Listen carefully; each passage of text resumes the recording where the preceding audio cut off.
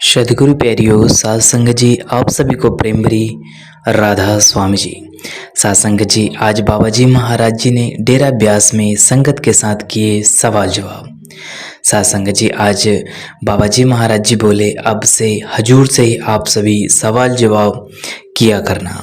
साध संगत जी, आज बाबा जी महाराज जी ने सोशल मीडिया पर भी बहुत ही शानदार जवाब दिया।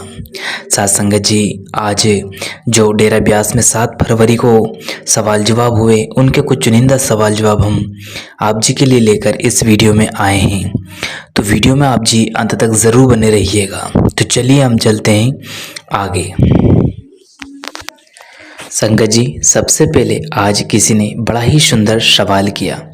उन्होंने भजन सुमरन के ऊपर सवाल किया था। उन्होंने पूछा, बाबा जी महाराज जी, मैंने आप जी से नामदान कई दिनों पहले ले लिए थे। मैं भजन सुमरन भी करता हूँ, पूरा वक्त भी देता हूँ, पर पता नहीं क्यों आज तक मुझे ना शब्द धुन सुनाई दी और न ही कुछ दिखाई दिया। दया मेहर कीजिए। तो बाबा जी महाराज जी मुस्कुराते हुए कहने लगे कि भाई, क्या उसने ड्यूटी बंद कर दी?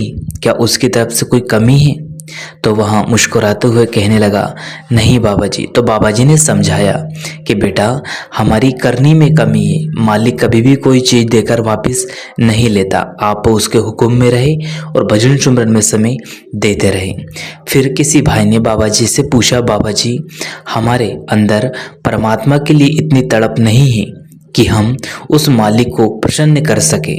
हमें उस परमपिता परमात्मा को खुश करने के लिए और उसकी प्रसन्नता, उसकी खुशी हासिल करने के लिए क्या करना चाहिए, आप बताइए। तो बाबा जी ने समझाया कि देखो बेटा, इंसान ने खुद को छोटे से दायरे में समेटकर आज रख लिया। आज इंसान इस सृष्टि की सबसे उत्तम जोनियों में से एक है और सबसे बड़ी ताकत को भूलकर बैठ गया और खुद को सबसे ताकतवर समझने लग गया।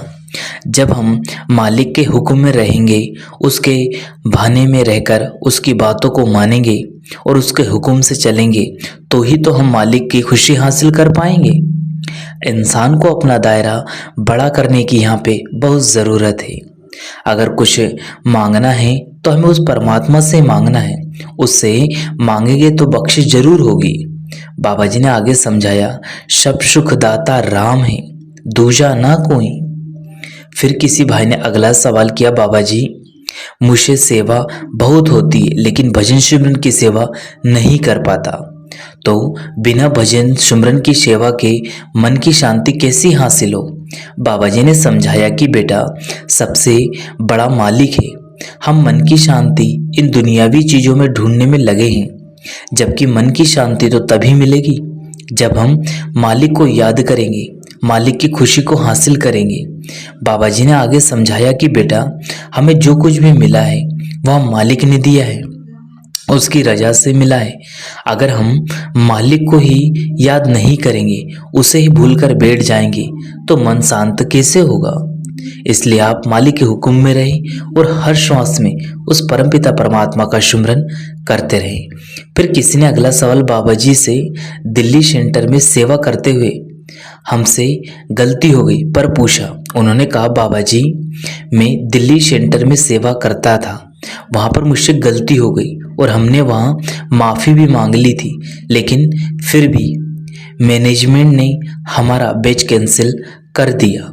साध संगत जी, आगे उन्होंने कहा कि बाबा जी, अब आप ही कुछ कृपा करो। बाबा जी ने कहा कि बेटा, गुरु घर में तो माफ़ी ही माफ़ी है। आगे बाबा जी ने फरमाया कि बेटा, गुरु ने तो माफ़ कर देना है, लेकिन जिस सेवादार को जिम्मेवारी दी गई है उसने तो नियमों के हिसाब से ही चलना है ना। अगर अब मैनेजमेंट नियमों का पालन नहीं करेंगे तो संगत कहाँ से करेगी? आगे बाबा जी ने कहा कि बाकी आप घबराओ नहीं, आप माफ़ी मांगते चलो। साध संगत जी, आगे उन्होंने कहा कि एक दिन वो आपको ज़रूर माफ़ कर देंगे। फिर किसी ने अगला सवाल बाबा जी से पूछा, बाबा जी, कल मैं पर्ची लेने के लिए यहाँ आई थी, लेकिन मुझे पर्ची नहीं मिल सकी और मैंने वहाँ देखा कि कुछ संगत झूठ बोलकर पर्ची ले रही थी ताकि वह सवाल जवाब आप जी के सामने आकर कर सके और उन्हें झूठ की बुनियाद पर ही पर्ची दे दी जाती। तो क्या झूठ बोलकर पर्ची लेना ठीक है? बाबा जी ने समझाया, बेटा अगर सच के रास्ते पर चलने के लिए हम झूठ का सहारा लेंगे तो कल को भुगतना भी तो हमें ही पड़ेगा।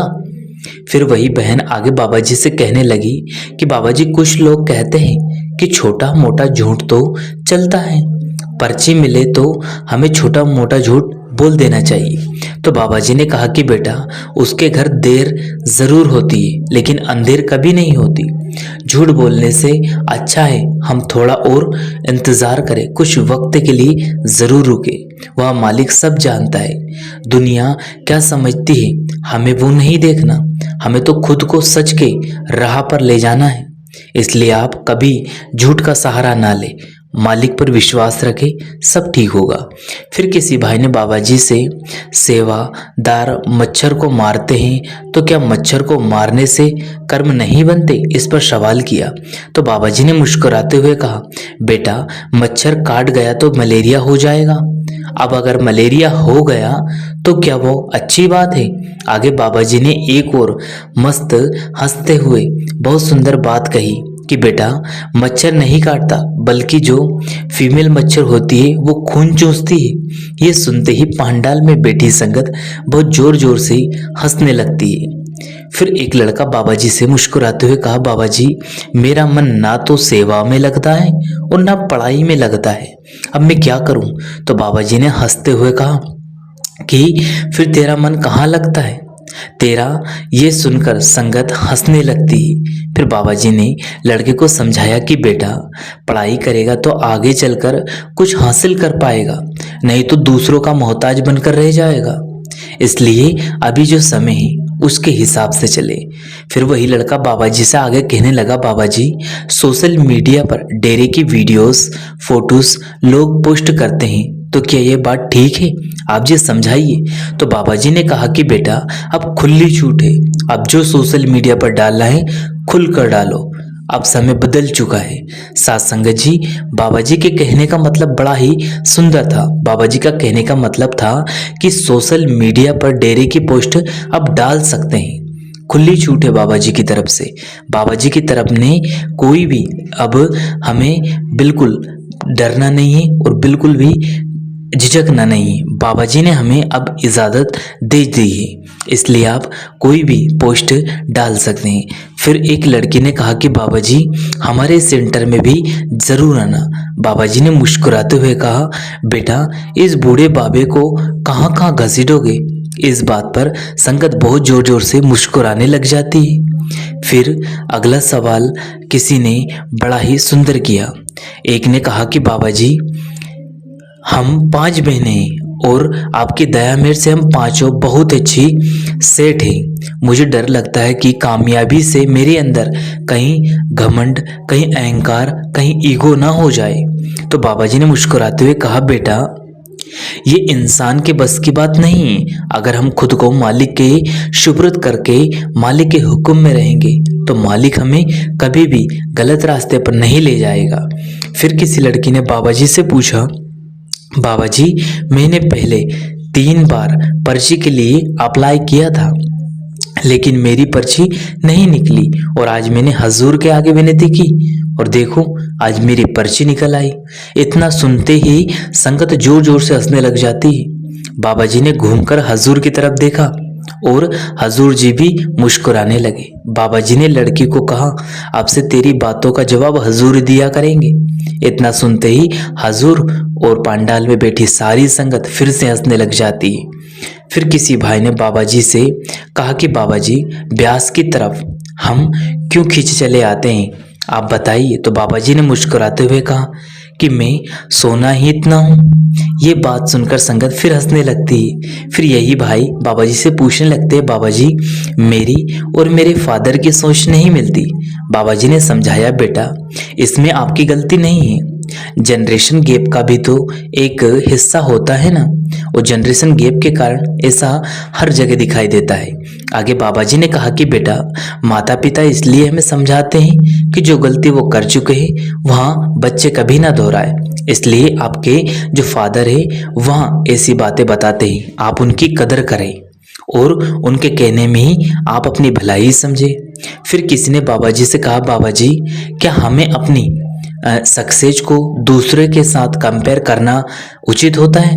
क्या हमें कंपेयर करना चाहिए? तो बाबा जी ने उन्हें समझाया, बेटा कंपेयर करेंगे तो मन में और घृणा होगी, ईर्ष्या आएगी।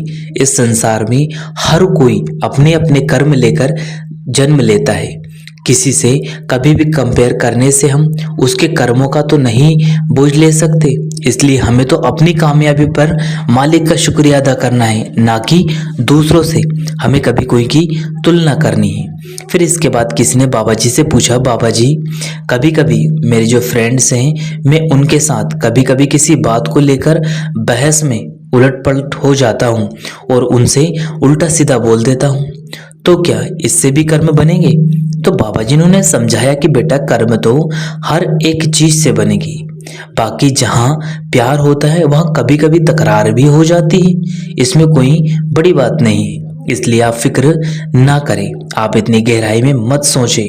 फिर किसी ने बाबा जी से कहा, बाबा जी इंसान को डर क्यों नहीं लगता? बाबा जी ने समझाया, बेटा मन पर जब प्रभाव पड़ जाते हैं तो मन हमें डराने लगता है, लेकिन हमें खुद को अज्ञानता के अंधेरे से उठाकर जागृत अवस्था में लेकर आना है, तभी हम अपने आप पर काबू पा सकेंगे और उसके बाद हमें डर नहीं लगेगा। फिर किसी ने बाबा जी से कहा, बाबा जी कभी कभी हमारे कर्मों का फायदा दूसरे लोग उठा लेते हैं। तो बाबा जी ने समझाया कि बेटा कर्म मालिक ने बड़े तो नहीं है, हमें तो मालिक की शरण में आना है और मालिक के हुक्म में रहना है। उसके बाद हमारी जिम्मेवारी मालिक की हो जाती है। मालिक अपने आप हमारी रक्षा करेगा, हमारी फिक्र करेंगे। फिर वही बहन आगे कहने लगती है, बाबा जी अभी तक बहुत सुख सह चुकी हूँ, अब और दुख नहीं सह जाते। उनका कहने का तात्पर्य था कि मेरी जिंदगी में बहुत दुख आए, मैंने सुख नहीं देखा। आगे उन्होंने कहा कि अब मैं क्या करूं? तो बाबा जी ने समझाया, बेटा पीछे जो हो गया है उसको नहीं सोचना, उसको सोचेंगे तो और दुखी हो जाएंगे। पीछे जो हो गया है उसको भूलकर अब आगे बढ़े और मालिक के हुक्म में रहें और भजन सिमरन करें। जो गलतियां हमने जीवन में कर दी उन्हें अब दोहराना नहीं है। हम मालिक के हुक्म में रहेंगे तो हम पर जरूर दया मेहर होगी। और आगे बाबा जी ने कहा कि आप खुश रहें और भजन सिमरन करते रहें। तो वह बहन कहने लगी, बाबा जी आपका शुक्रिया, अपनी दया मेहर मुझ पर ऐसे ही बरसाते रहना। संगत जी इसके बाद किसी बहन ने बड़ा ही सुंदर प्रश्न किया। उन्होंने कहा, बाबा जी मेरी लाइफ में मैंने बहुत स्ट्रगल किया है और बहुत गलतियां भी की है, आप दया मेहर करना और अपनी कृपा करना और मुझे बख्श लेना। साथ संगत जी बाबा जी महाराज जी ने समझाया कि बेटा कर्म तो यहाँ ना तो कोई ले सकता है और ना ही कोई हमारे अपने कर्म किसी को दे सकता है। कर्मों का हिसाब किताब तो अटल है, वह तो हर हाल में हमें देना पड़ेगा। अब हम सोच लेते हैं कि किसी धार्मिक स्थल पर जाकर हम किसी बाबे के डेरे में जाकर हम माफ़ी मांग लेंगे तो कर्म का हिसाब खत्म हो जाएगा। ऐसा तो नहीं हो सकता। जो कर्म हम करके आए हैं उनका तो हमें भुगतान ज़रूर करना पड़ेगा। अगर भजन सिमरन करेंगे तो मालिक हमें इतनी दाद बख्शेगा कि जब हिसाब देना पड़ेगा तो हम उस चीज़ को आसानी से सह पाएंगे। लेकिन ये सोच लेना कि हिसाब से बच जाएंगे, कर्मों को हमें भूल कर भी ये नहीं सोचना कि कर्म हमारे पीछे छोड़ेंगे। हमें भजन सिमरन करना है तो सूली की सूल बन जाएगी। फिर किसी ने बाबा जी से कहा, बाबा जी मुझे क्रोध बहुत आता है और मैं भजन सिमरन भी बहुत करती हूँ, लेकिन फिर भी पिछले लगभग 20-22 सालों से मेरा पिंजरा खाली पड़ा है। ना तो अंदर दर्शन होते हैं और ना ही हजूर जी दर्शन देने आते हैं, आप ही कुछ कृपा करो। तो बाबा जी ने समझाया, बेटा गुस्से वाले मन में हुजूर कभी नहीं आएंगे। हुजूर को तो वहीं जाना है जहाँ प्रेम है। अब अगर आप पूरा दिन क्रोध करते रहेंगे और भजन सिमरन पर भी बैठते रहेंगे तो कुछ हासिल होने वाला नहीं है। कोशिश करें कि सबसे प्रेम करें और मालिक के हुक्म में रहे, फिर जो हम मालिक करेगा सब कुछ ठीक